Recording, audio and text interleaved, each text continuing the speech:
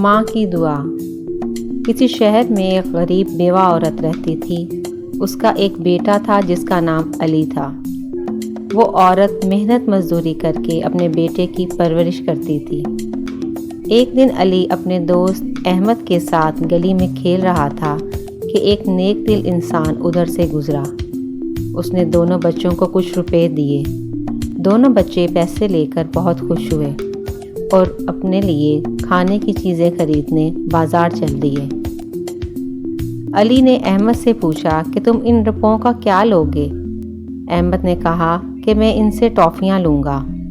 پھر احمد نے علی سے پوچھا کہ تم ان پیسوں سے کیا لوگے؟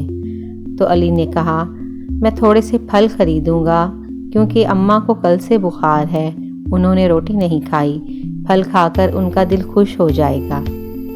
چنانچہ وہ دونوں بازار گئے۔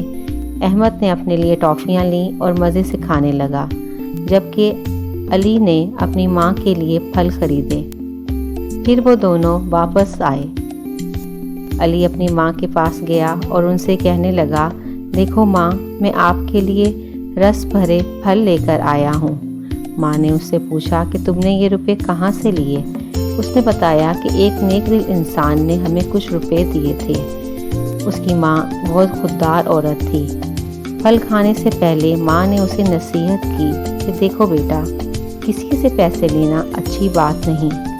خودداری اسی میں ہے کہ انسان روکھی سوکھی کھا کر گزارا کر لے، لیکن کسی سے کچھ چیز نہ لے۔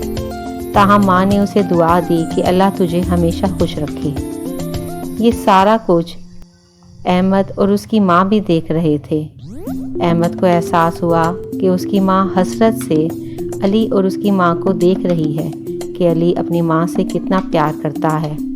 اب احمد اپنے دل میں پچھتایا کہ اے کاش وہ بھی اپنی ماں کے لیے کچھ لے لیتا، اور اس نے سوچا کہ آئندہ وہ ہمیشہ اپنی ماں کا خیال رکھے گا۔ پیارے بچوں، ہمیں چاہیے کہ ہم سب اپنے والدین کا خیال رکھیں اور ان کی ہمیشہ خدمت کریں۔